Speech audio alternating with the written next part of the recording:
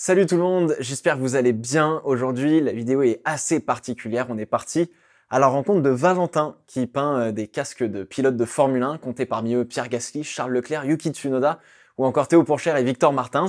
Et on a suivi Valentin pendant une journée pour un casque hyper particulier, celui de Romain Grosjean pour son test en Mercedes. Sauf que il y a eu un petit couac. En fait, Romain devait faire une démonstration pendant le Grand Prix de France 2021 de Formule 1, puis une journée de roulage entière la semaine suivante avec la Mercedes W10, je crois.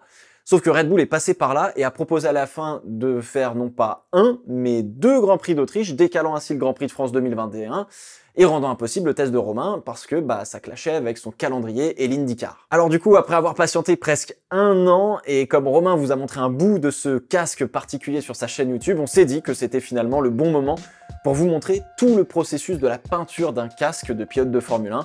Encore un gros merci à Valentin pour son accueil et évidemment on a hâte de voir Romain et son casque prendre la piste avec la Mercedes. Pour ça on aura bientôt des news, j'en suis sûr. Je vous souhaite une super bonne vidéo, j'ai vraiment adoré la faire. J'espère que ça vous fera autant kiffer par la même occasion.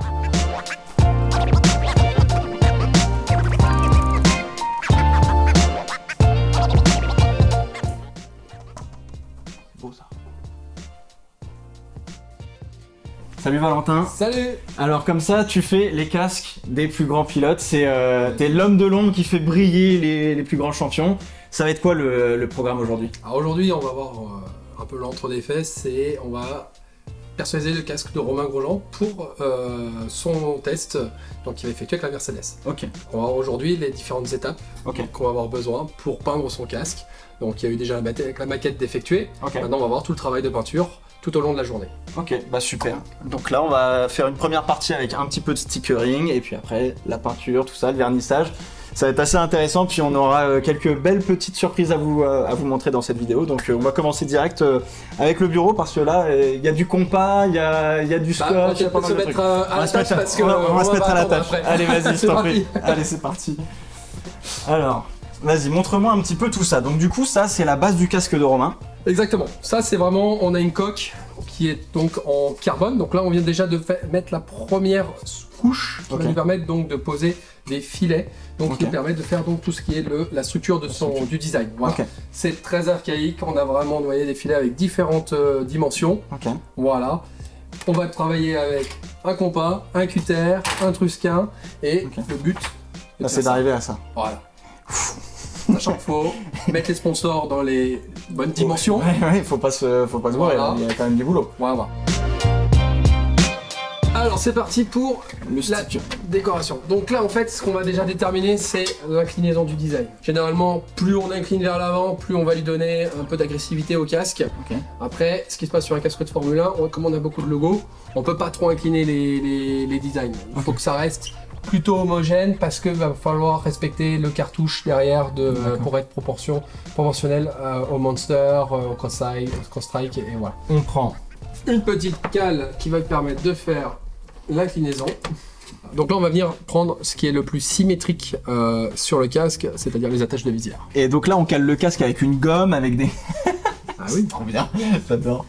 Faut savoir que dans ce genre de métier-là, on est très très peu à faire ce métier-là. Et donc les outils, il n'y a aucune conception d'outil qui a été fait spécialement pour notre métier. C'est ça.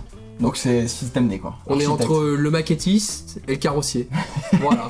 Donc on utilise vraiment l'entre des deux et voilà, des fois on va au magasin de bricolage d'à côté chercher des choses, comme des fois on va dans des magasins beaucoup plus spécialisés. C'est... On s'adapte, voilà. On sait que notre vis de visière est ici, donc on va pouvoir venir tracer notre ligne à partir de là. Voilà. Donc là tout simplement, je vais venir... Donc là tu fais un petit tour au crayon. Un petit tour au crayon, comme ceci. Et on y va doucement.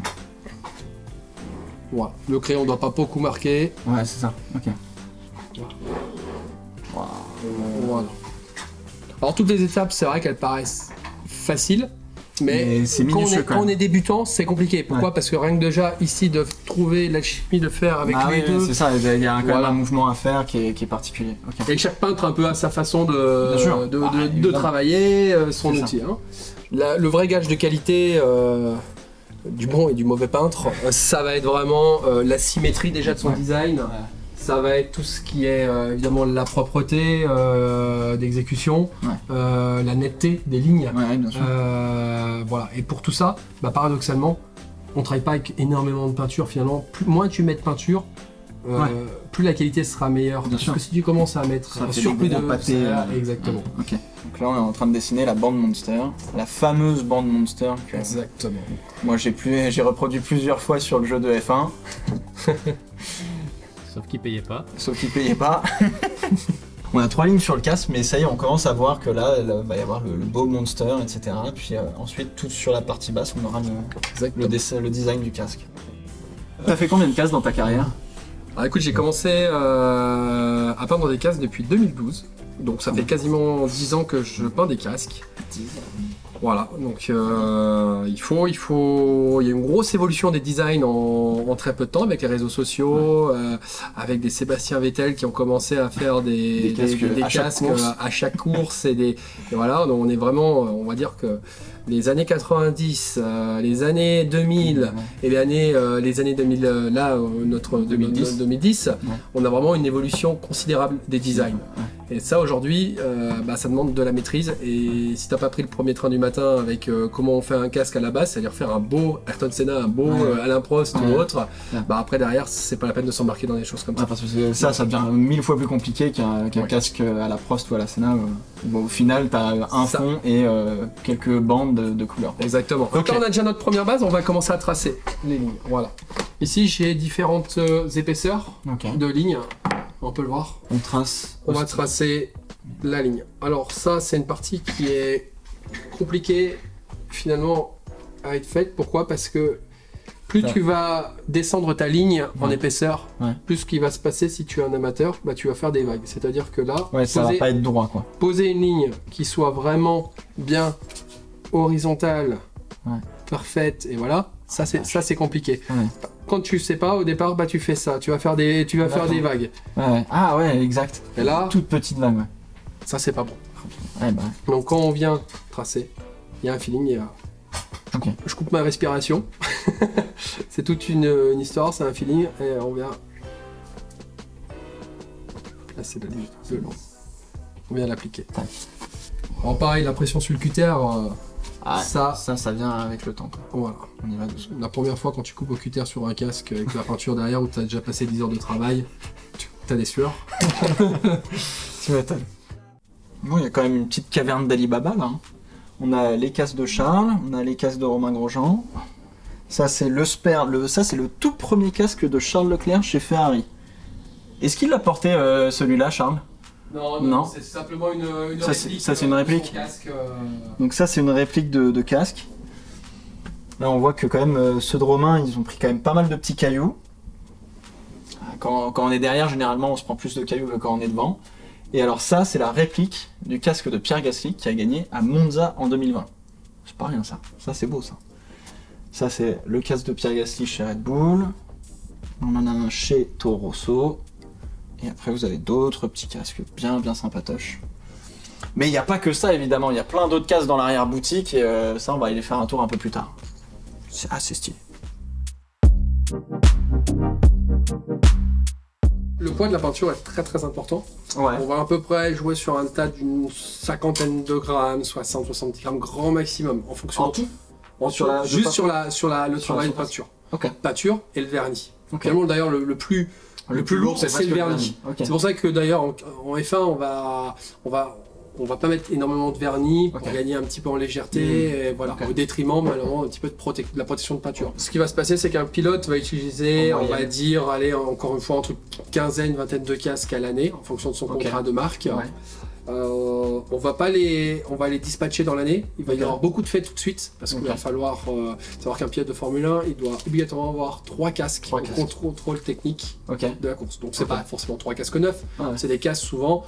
Il y a un casque neuf pour la course et puis 2 casques qui sont des casques qu'ils ont déjà utilisés dans d'autres courses, qui sont déclassés en pluie ou pour des conditions un petit peu particulières où il ne reste plus rien. Et après, plus vont arriver les Grands Prix, plus on va passer sur des casques spéciaux. Voilà, donc des casques qui vont faire qu'une course. On a vu, on a eu le Grand Prix de Monaco, le Grand Prix de France. Voilà, donc tout ça occasionne des casques spéciaux. Alors c'est sympa, mais du coup, au niveau des réassorts, c'est sûr qu'on tire tout de suite ensuite dans le stock des pilotes très rapidement, puisque en fait ces casques-là vont pas être réutilisables pour une course. Le casque qu'avaient dessiné les enfants, ça aurait dû être le casque évidemment que Romain aurait dû avoir pour ce fameux Grand Prix-là. Ah ouais. Et on avait pris un petit peu de retard. Heureusement que tu travailles pas vite, mon pote. Du coup, j'ai reçu le casque des enfants à l'hôpital finalement. Et voilà, ça c'était un bel hommage. Bon Val, ça y est, t'as fini de mettre tous tes petits filets, t'as recouvert une partie du casque et du coup on va passer en peinture. Et pourquoi t'as recouvert certaines parties et pas d'autres? Alors là, j'ai recouvert certaines parties puisque on va faire toutes les couleurs fluo ensemble. Donc on va mettre un petit coup de blanc simplement pour faire ressortir le fluo et on va après mettre la couleur fluo dans les parties. Donc là ici on va mettre du jaune fluo, du orange fluo dans ces parties-là. Donc il faudra bien forcément qu'on remasque un petit coup entre deux. Donc on va partir en pâture. Allez, c'est parti. On y va. Je t'en prie. On rentre dans la caverne d'Ali Baba là. La deuxième caverne. La caverne où sont faits absolument tous les magnifiques casques que vous avez là. Là c'est une petite preview du casque de Charles pour Grand Prix de France, donc magnifique. Et du coup on passe sur la partie peinture. Alors. Voilà. Ah oui, ça fait du bruit quand même. Vous allez voir, l'application de peinture elle est relativement assez légère. Encore une fois, comme je l'ai dit, on va pas essayer pour une question de poids, une question de propreté, de mettre beaucoup de peinture. Donc là, je vais mettre un petit voile de blanc et après, je mettrai ma teinte derrière. Et bon, on va se regarder. Donc la partie blanche est finie. Donc là, il nous reste à faire du jaune fluo, orange fluo. Quelle est la première couleur qu'on va faire? Le orange? Jaune. Le jaune. Le jaune alors.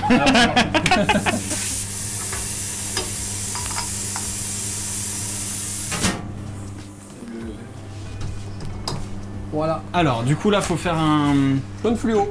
Et là, t'as besoin de beaucoup de peinture. Comment ça se passe? Non. L'application est quand même très peu. Hein. Très peu. Et encore là, j'en ai 3 fois trop. Ah ouais? Oui. Vache, il y a que dalle là-dedans. Il n'y a même pas de quoi faire un café. T'as déjà mélangé du café avec de la peinture? Essaye le matin. Non, vaut mieux pas essayer, je pense. Ok, bon allez, bah vas-y, je t'en prie. On va le mettre un petit peu en séchage.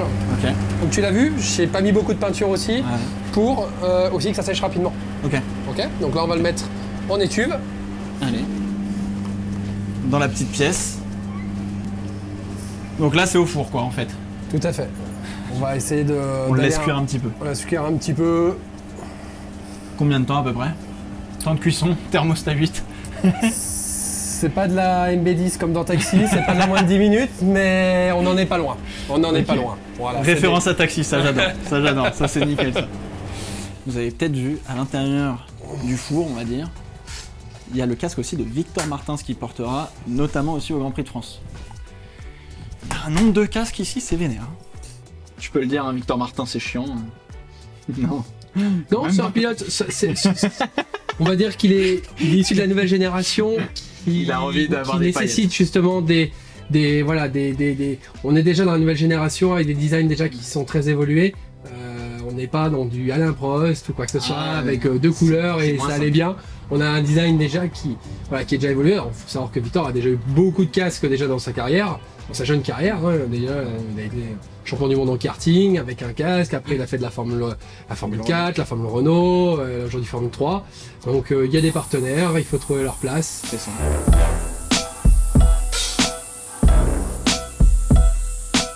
L'orange il est trop orange clair, je vais rajouter une petite touche un petit peu de rouge juste pour le redescendre un petit coup. Ok. Putain il fait chaud. Casque de Victor Martins ici. On a un casque de Tsunoda Martins et puis on va laisser cuire et sécher le casque de Romain. Il est beau hein. C'est beau. Allez, on sort de là. Sinon on va cuire. Moi j'ai pas envie de cuire non plus. Bon bah voilà, donc maintenant là, qu'est-ce qu'il te reste à faire? Manger. Manger par exemple, c'est pas mal. Il paraît que les peintres mangent. Et ensuite... Voilà, là on va décacher les séquences qu'on vient de faire pour maintenant faire le rouge et le noir du logo Monster. Il y a le bandeau noir, il y a le bandeau qui est juste en dessous rouge. Et après, on finira par le bleu. Okay. Donc, il y a sur le casque de Romain, il y a plusieurs couleurs. Okay. Donc, on ne peut pas masquer en une seule fois et faire toutes les couleurs les unes derrière les autres. On est obligé de complètement revenir en arrière. Exactement. Et après, on verra la découpe des logos, calibrage des logos, et on mettra les logos en place. Bon, bah top. C'est beau. Nickel. Génial. Il y a encore du boulot, mais ça avance vachement bien. Donc ça, le casque de Charles, celui-là, c'est l'hommage à... C'était le design du premier casque. Son tout premier casque, quand il a commencé le karting. Petite question par rapport justement à tout ça. Tu reçois des maquettes qui sont entre guillemets en 2D. Du coup, on l'a vu tout à l'heure avec le stickering, tu calcules quand même 2-3 petites choses, mais dans l'ensemble, ça reste vraiment ton œil qui pose justement... Faut toujours revenir. Il y a un moment donné, on sort du côté ordinateur, tout ce qui peut être forcément facile à faire d'un ordinateur. Là, il y a le casque, il y a la rondité du casque, il y a la déformation, il y a aussi certaines contraintes techniques. On va utiliser aussi du sticker, des autocollants, des fois qui vont pas aller forcément bien se déformer dans certains endroits. Donc on est obligé techniquement d'adapter sans que l'aspect général du casque change. Voilà. Okay. Bon alors là du coup tu démasques tranquillement et prochaine couche, le bleu. Le bleu, le rouge. Non, le rouge. Ah, t'y es presque. Le noir, on va faire... Hop. Là, on vient de faire notre jaune fluo, notre orange, et ici, on va venir faire le noir, le rouge. On fera le bleu en dernier parce que, comme tu peux le voir, il y a des ombres qu'on va se servir justement pour faire. Donc, on va remasquer après le rouge et après, une fois en dernier, on fera le bleu et ça sera et après, à ce moment-là, on pourra donc tout décacher le casque et passer au logo. Donc, dans un premier temps, démasquage, orange, jaune. Et on fait le noir et le rouge. Ok, let's go. Let's go. Donc là, on démasque. On voit s'il n'y a pas eu de conneries. Normalement. Non. T'as pas touché le pistolet? Bah a priori non. Heureusement. Donc on fait bien attention de ne pas tirer les filets qui sont en dessous. Oui, c'est technique parce qu'en fait, du coup, tu as 2 couches de scotch et tout. C'est ça. Donc là, ça paraît un petit peu, parce que je connais bien mon casque, ça paraît rapide, mais en fait, on fait très attention de ne pas venir retirer ce qu'on a déjà construit ce matin. Voilà. Donc là, on va voir apparaître le design. Donc du coup, Romain Grosjean a signé chez Mercedes. Ah, je lui souhaite. T'as pas une petite info en exclu? Non, malheureusement, j'aimerais bien, en tout cas, après 10 ans de carrière... ce serait beau. Voilà, au-delà, je pense que Romain a du talent, Romain a surtout beaucoup d'expérience technique acquise durant ces nombreuses années, qu'on le voit s'adapter rapidement à une voiture comme l'IndyCar et faire la pole dès son deuxième Grand Prix. On peut se poser la question de se dire, mais chez Mercedes... Qui chercherait pas quelqu'un comme ça pour remplacer un Valtteri Bottas? Par exemple, c'est une bonne... Je sais pas ce que tu fais cet été, mais allume la radio, peut-être que tu auras peut-être des infos. Ah ouais, clairement. Il va falloir regarder ça de près. Il y a des casques, tout à fait, comme le fameux casque qu'on avait fait en hommage à Antoine Hubert pour Pierre Gasly, pour Imola, voilà. Ouais. C'est un casque, malheureusement, il a fallu faire la nuit. Ouais. Mais vraiment, pas l'expression la nuit, c'est que c'est un casque qu'on a eu à 18h la validation de la part de Parce qu'en fait, Adrien Pavio a fait le design hommage à Antoine Hubert pour Pierre Gasly. Faut d'abord l'envoyer à Red Bull pour qu'ils disent oui. On te l'envoie à toi pour que tu puisses faire le casque. Et ensuite, faut pouvoir emmener, faut pouvoir faire sécher la coque, ou à moitié séché du coup. Et oui. Le renvoyer chez Bell, parce que là du coup c'était un casque Bell.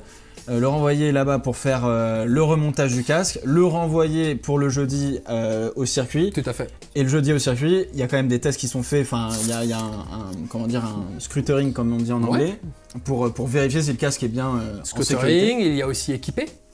La boisson, l'équipé, la bonne visière, l'enregistrement, le contrôle technique du casque. Donc tout ça fait partie d'un...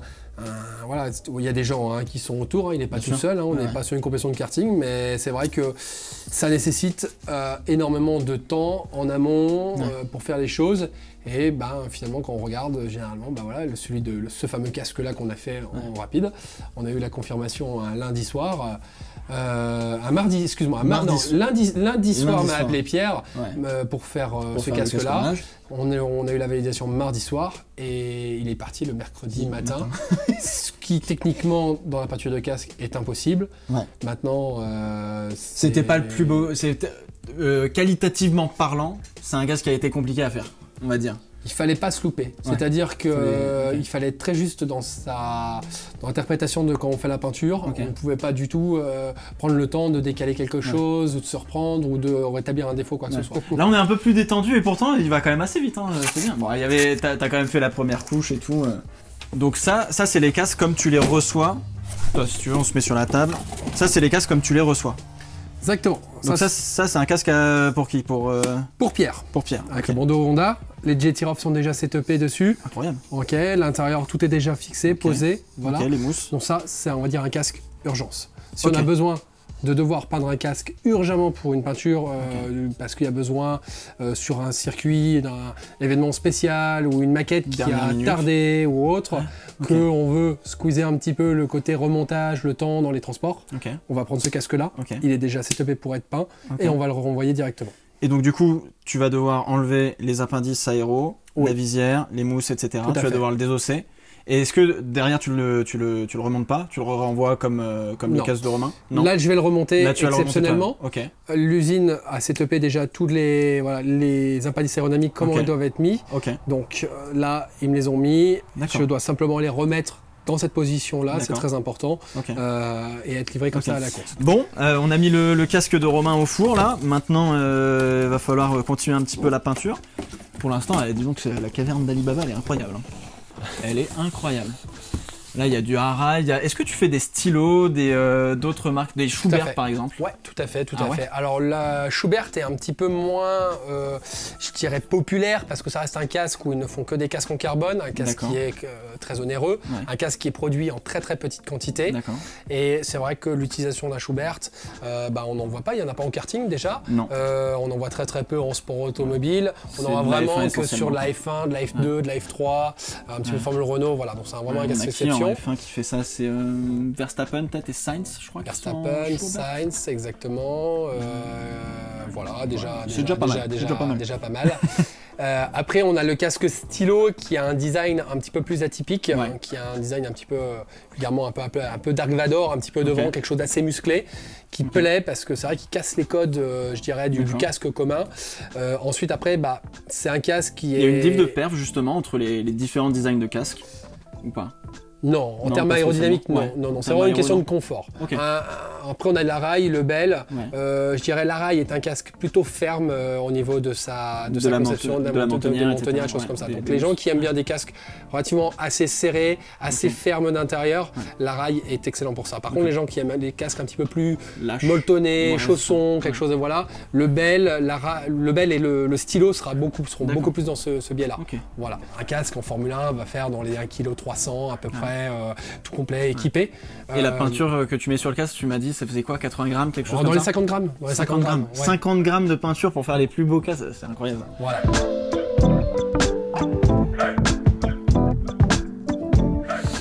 Donc le rouge est fait, on va masquer le rouge et on va passer au noir. Eh ben super. C'est ça? Vas-y. Vaut mieux pas.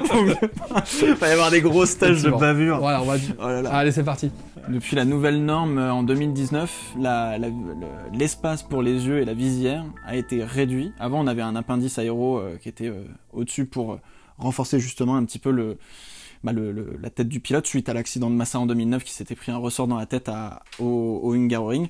Et là, vous voyez, pour voir ce qui se passe, vous avez l'épaisseur de 3 doigts, quoi. C'est rien du tout. Et puis même là, en termes d'espace, ici, là, c'est pas large, hein.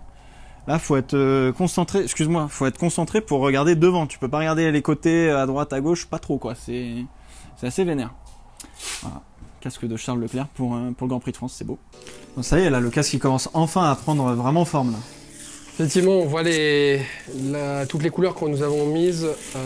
Donc là, je suis en train de démasquer le jaune, le rouge fluo, l'orange fluo du moins, le rouge normal, noir. Du moins, on a déjà fait 1, 2, 3, on a fait 4 couleurs déjà.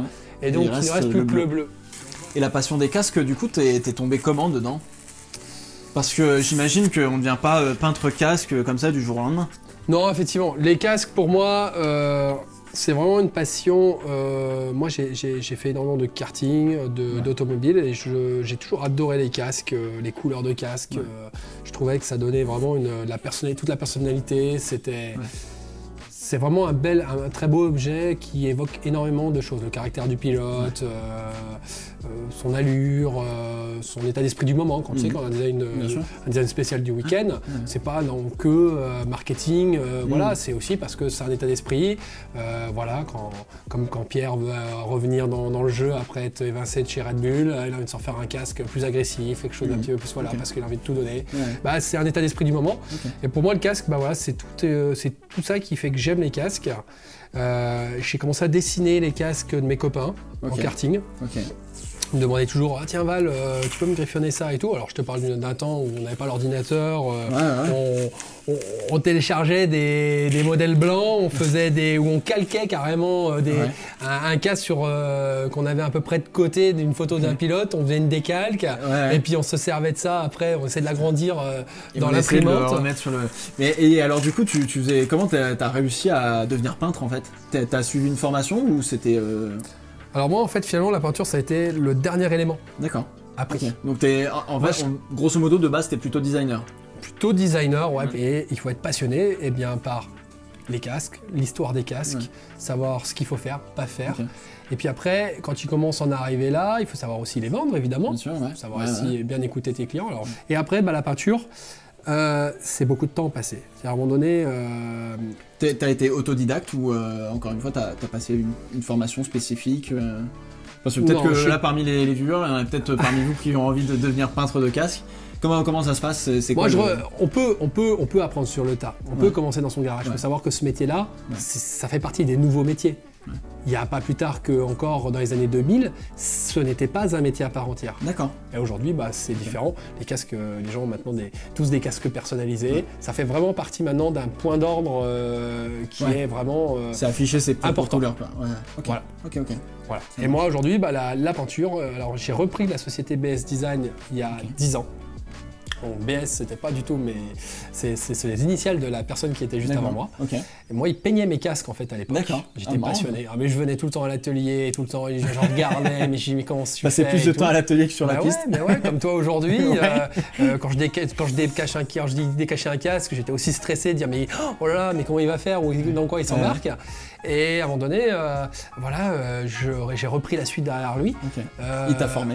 Alors ça a été très rapide, on va dire qu'il y a eu un passage du savoir-faire de base, puis à un moment donné, il n'y a que ton expérience, ta propre expérience qui va faire que. Donc à un moment donné, tu t'enfermes dans ton atelier, tu te concentres, et tu peins. Et je dirais, là c'est vraiment comme un sportif, comme une saison, tu as un objectif, c'est de faire ça, comme ça, et il faut que tu te donnes les moyens. Donc je regardais énormément de vidéos, évidemment, sur les réseaux sociaux et autres, pour justement comprendre, et des choses que je trouvais bien, des choses que je trouvais pas bien, des choses qui étaient intéressantes, beaucoup de photos, dire tiens mais comment il a fait ça, les produits aussi qui sont compliqués, on a des produits qu'on achète jusqu'aux États-Unis, donc il y a des choses qui sont compliquées et c'est une pyramide et quand tu as tout mis à tout bout à bout.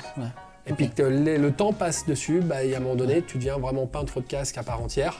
Et aucun projet aujourd'hui me fait peur parce que je sais techniquement comment les faire et comment y aboutir. Punaise. C'est lourd. Et ça a été quoi peut-être le casque le plus, j'ai envie de dire, qui t'a donné le plus de challenge, on va dire, à faire?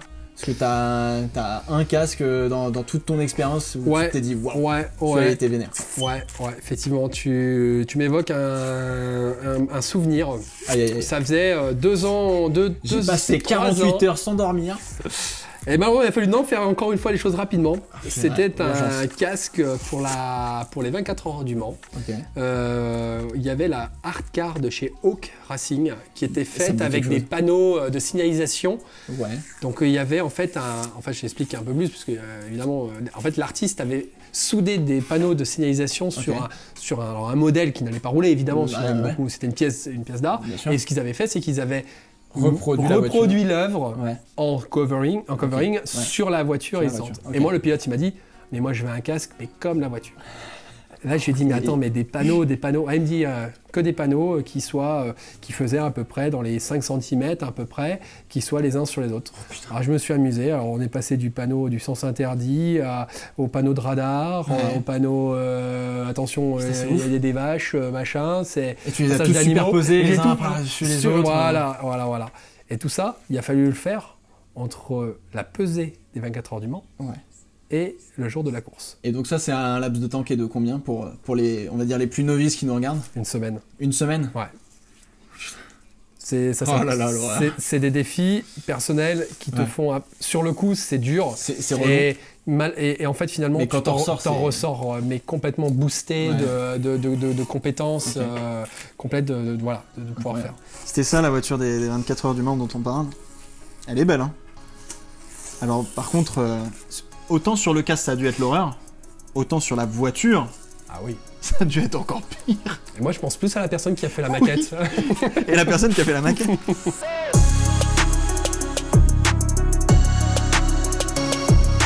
Bon alors, quelle couleur on va faire? Donc ça c'est bien du violet du coup. Bleu violine. Vieux violet. Bleu avec un reflet violine. Il y a un petit peu de Lewis Hamilton là-dedans du coup.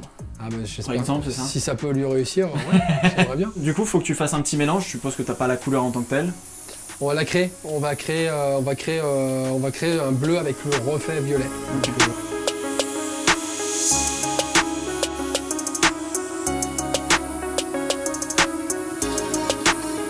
Donc là, on va caler le logo, les logos. Donc Ok. là, j'ai utilisé du papier adhésif blanc. Ok. On va faire tous les logos blancs sur le casque. Ok. Après, on a des logos noirs à faire, donc un adhésif noir. Ok.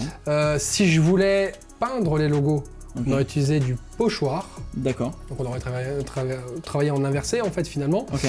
Et aussi après on va utiliser une machine d'impression numérique, donc rien à voir avec celle-là. Là D'accord. on a vraiment une machine complètement impression, ça sert vraiment qu'à découper. D'accord. Et donc là on va faire tout ce qui est l'impression des logos Monster.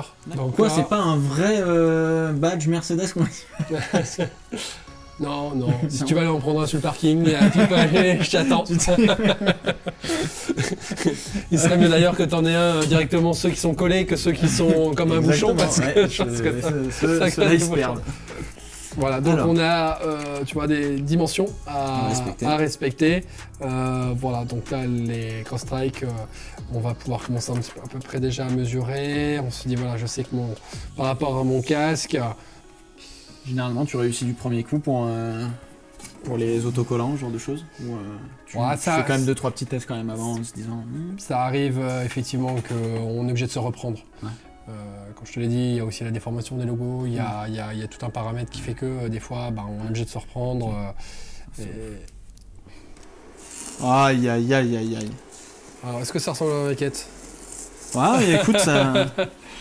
Je crois qu'il y a une petite ressemblance, hein. On est bon, On est pas mal. Ça va être gagné. J'espère que ça va être gagné pour toi. Sinon tu restes là ce soir. Sinon, je fais les finitions ce soir, c'est ça, ouais, bah oui. Il n'y a rien de plus satisfaisant que d'enlever du scotch comme ça, je crois. Alors là, Là, c'est t'as ça. beau avoir 10 ans de métier, ça reste toujours pour un peintre casque le meilleur moment. Mais ouais, c'est ça. Qui peut des fois se transformer des fois en En pire. Putain, alors là, il vient de gagner 5 dixièmes au tour grâce à ce casque, c'est ça? Grâce à la peinture. Écoute, La peinture, elle fait aller plus vite ou pas? elle te met en confiance, je te dirais. Déjà, c'est déjà pas mal. Je repars avec ce soir, c'est ça? Ouais, ça va. Avec toi. Je crois je pense que Val est pas trop chaud quand même. Parce que ça veut dire qu'il faut qu'il en refasse un derrière. Je pense qu'il va. Si tu veux repartir ce soir, je pense qu'il va encore un peu être collant sur le siège de la voiture. C'est ça le plus gros risque en fait. Tu vas le tirer celui-là? J'ai le droit de le tirer? Ah, vas-y. Aussi simple que ça. C'est beau. C'est incroyable. Ah! Voilà.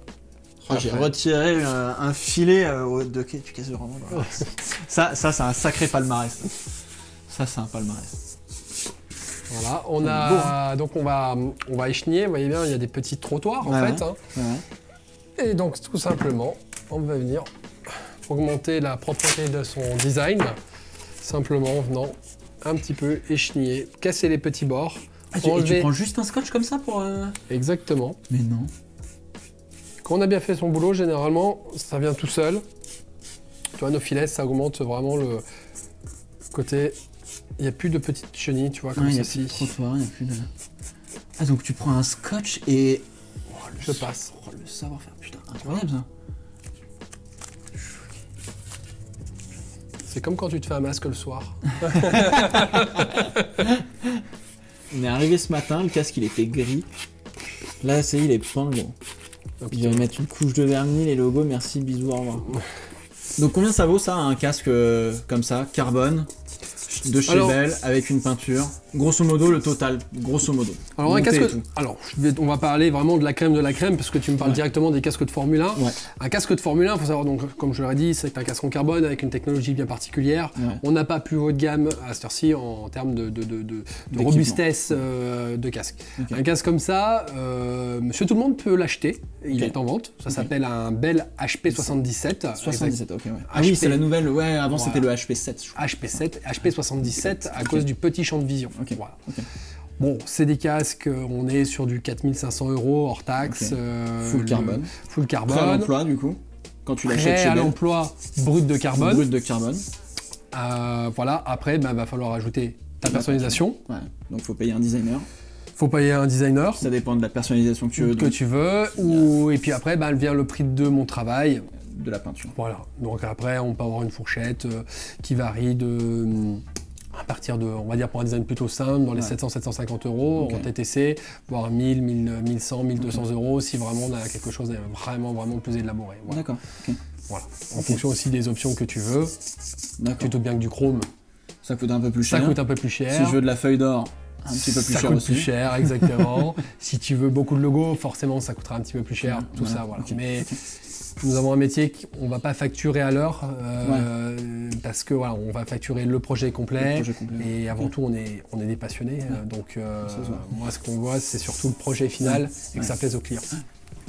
T'arrives au bon moment. Ouais, je vois ça. On a chenille. Donc là, tu vois, je suis en train de retirer le surplus de matière des logos. On va commencer par le talco.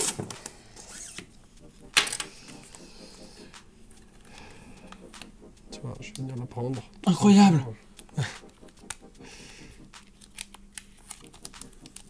Voilà. Mec, il vient d'enlever le logo. L'ouf. Tu vois. Là, on va venir ici, le centrer. Je prends bien mon casque bien droit devant moi.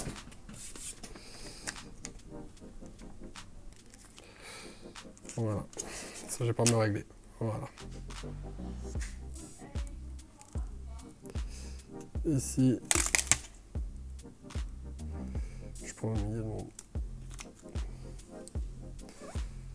Voilà.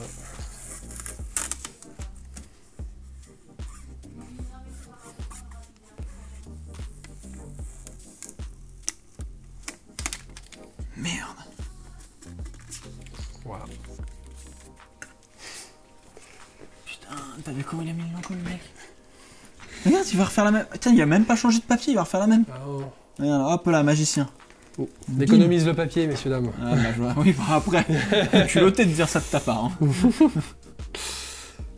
Putain, regarde, la ligne, elle suit là. Oh là là, stylé. Incroyable. Ah, tu sens la technicité que... de la complexité que c'est de mettre un autocollant en arrondi comme ça sur une sphère, en fait. Ouais. C'est quand même super compliqué, en fait. Ça va un peu au-delà de se coller un simple autocollant. Il faut aussi venir respecter le design, les courbures. Putain. Combien de casques tu réalises par semaine ou par an À peu près, on va essayer de sortir, moi et mon collègue, on va essayer de sortir à peu près 4 casques dans la semaine. Ouais, quand même. Voilà, donc c'est-à-dire qu'il y a tout le travail qu'on vient de voir ensemble, tout ce qui est la mise en peinture, qui peut s'enchaîner finalement rapidement parce qu'on l'enchaîne, tu vois, il n'y a pas d'interruption. À un moment donné, quand on vernit, il faut attendre que ça sèche. Vernir, attendre que ça sèche, et à ce moment-là, remonter les casques aussi. Là, les casques de Formule 1, on les remonte pas, mais en revanche, les casques de particuliers, il va falloir les remonter. Donc tout ça, c'est du temps, plus la petite vie d'entreprise aussi à gérer. Donc voilà, on va essayer de tourner à peu près à 4-5 casques maximum par semaine. Ok, ce qui fait, alors attends, 52 x 4. Le casque que tu as préféré faire, tiens d'ailleurs. Ah, allez, que je te cite des casques que j'ai aimé faire. Je me souviens du casque de Pierre Gasly pour qu'on avait fait pour le premier Grand Prix de la reprise après le Covid, le Grand Prix d'Autriche l'an dernier. Ce casque qu'il a fallu faire en fait au pinceau, tout simplement. Donc en fait, on est venu faire, il y a le mix de ma technique, comme tu l'as vu, on pose des lignes, pose des logos AlphaTauri, et après tout le dessus, il a fallu le travailler donc, au pinceau, donc on est venu avec une peinture un petit peu différente. Donc là, on a l'impression d'être sur une approche complètement différente, l'impression de peindre un tableau plus que peindre un casque. Et c'est vrai que, alors là, autant je te disais, des fois on ne sait pas trop où on va finir avec nos lignes parce qu'on ne voit pas les couleurs et autres et ça. Autant là, c'est pareil, tu pars sur une technique qui est complètement pas celle dont tu as l'habitude et tu évolues dessus et tu vois comment ça s'en vient. Et quand tu dégages tout, après, le casque, le vernis en plus va sublimer complètement l'effet un peu 3D de la déco, et ça a été vraiment un casque sympa à faire.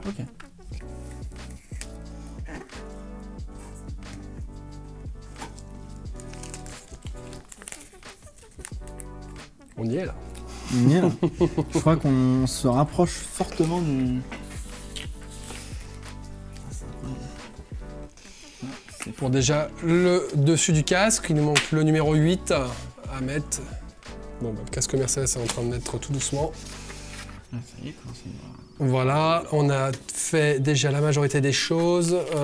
Maintenant, il nous reste le petit filet noir à mettre, le JB17. Ça, on va aller tout de suite là. Et puis après, on va aller vernir juste derrière. Donc, les petits JB17 en hommage à Jules, exactement. Voilà. Romain les a toujours portés sur son casque. Petite pensée aussi à Antoine également, à qui on faisait ses casques.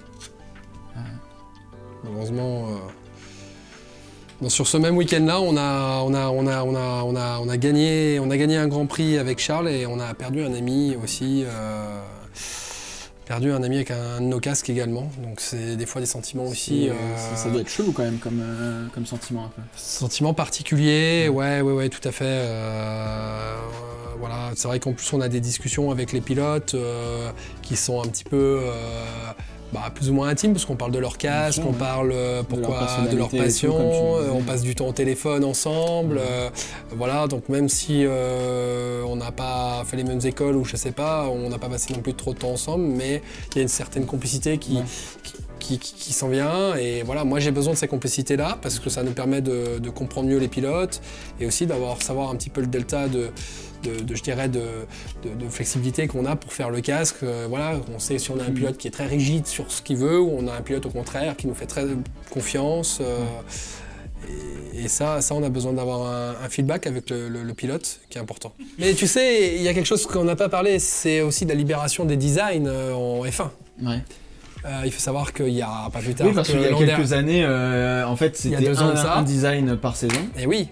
Donc tout le monde s'est effectivement réjoui de dire « Ah, bah c'est cool, on va avoir des designs un petit peu différents tous les week-ends et autres. » Nous, les peintres, par contre, ça nous demande un petit peu plus de boulot et d'organisation sur les choses, parce que du coup, ça libère les choses. Il faut être réactif, il faut aussi se plier à la volonté du pilote. Voilà, et puis bon, c'est vrai que moi, en tant que professionnel, j'ai un avis aussi personnel dedans qui n'est pas forcément du goût du grand public. C'est-à-dire que moi, je pense que un pilote doit quand même conserver son identité principale, doit effectuer quand même, je pense, un certain pourcentage de la saison avec son design, parce que c'est son identité. Quand on pense à un pilote, si tu fermes les yeux et que tu penses à un pilote, forcément tu dois avoir le casque qui te vient en tête. Et moi je pense qu'aujourd'hui, si je demande à qui que ce soit de penser au casque, admettons, de Lando Norris, qui change énormément de casques durant les courses, je pense que le design, il est pas clair, en fait. Ouais, c'est ça, il devient un peu flou, entre guillemets. On sait pas si c'est le casque hommage à Valentino Rossi, est-ce que c'est le casque avec la pizza dessus, est-ce que c'est le casque, toutes les versions qu'il a eues. On se demande quelle est finalement la version de base sur laquelle de Lando Norris. Mais il y a un juste milieu, il y a entre cette nouvelle génération. C'est bien de changer, c'est bien, mais... Pas trop changer non plus, quoi. Pas trop souvent. Ok. Et on va vraiment rentrer à Paris en bateau, là.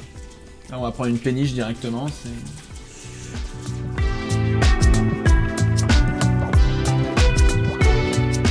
Allez, on va mettre ça sur la table de vernis. Table de vernis, c'est parti. On va vernir, donc là c'est une étape qui demande de la concentration. Parce que le vernis, donc, va servir à protéger bien sûr le casque, à le faire briller, mais voilà, pour le poser, faut bien, pour que ce soit bien posé, il faut le tendre. Donc on est toujours dans la limite du produit. Et il faut faire attention évidemment à la coulure. C'est notre... Évidemment, entre la précipitation, on pose le vernis, il faut aller vite, voilà. Donc il y a toujours de la concentration à avoir sur un vernis, faut pas se relâcher, parce que sinon, t'as une coulure. C'est pas le drame, mais ça va reprendre du temps derrière à refaire. Voilà. Allez, on va préparer la mixture. Donc concrètement, le vernis, ça sert à quoi sur un casque?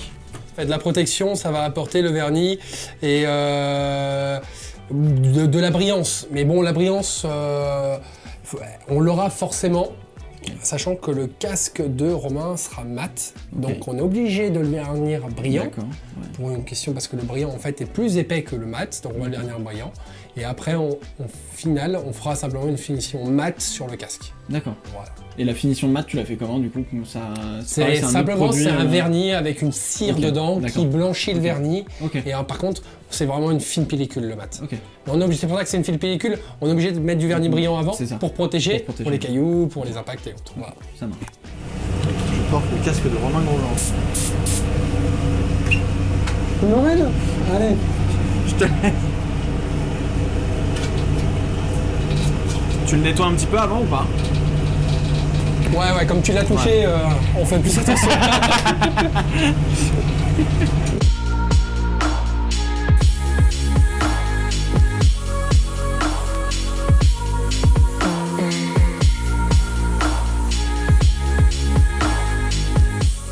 Nickel. T'essayes? Vernir. Ouais, sur un casque de Charles Leclerc ou un casque qui a pas trop de valeur, genre un truc vraiment vénère, tu vois. Ouais, le tien. Par exemple. Si tu veux t'essayer. Une prochaine fois. Je pense que on reviendra quoi qu'il arrive parce qu'il y a encore plein de belles choses à découvrir, mais déjà des techniques en plus qu'on n'a pas eu le temps de voir. Grave. On sait qu'on met même des fois des photos carrément incluses dans le vernis. Ça c'est chaud de ouf à faire en fait au final. Le chrome, des fils holographiques, des paillettes. Parce que là on a vu en fait finalement un casque entre guillemets très basique à faire. Là c'était pas du tout la complexité par exemple du casque de je sais pas de Victor Martins ou des autres, même de Pierre Gasly ou de... Là un casque comme admettons Victor, on peut, rien que le traçage, ce qu'on a vu la pose des Filmline, là on a vu qu'on l'a posé à peu près en une grosseur, 1h30 à peu près. Là il faudra compter à peu près plus de 3 heures de temps déjà, sachant que je travaille vite en exécution. Certains de mes collègues vont passer encore plus de temps. Donc tu imagines bien après derrière, la complexité aussi des masquages, ça diffère forcément et voilà, la finition et voilà. On reviendra pour un... C'est quoi, on reviendra avec le casque le plus chaud à faire. Bah super, écoute. On essaiera de faire je demanderai à Adrien de faire un design de casque ultra chaud. Tu l'assassines là-dessus, puis on viendra le faire. Après, moi de prendre un hôtel si tu veux venir passer un petit moment pour tout filmer ce casque-là. Grave.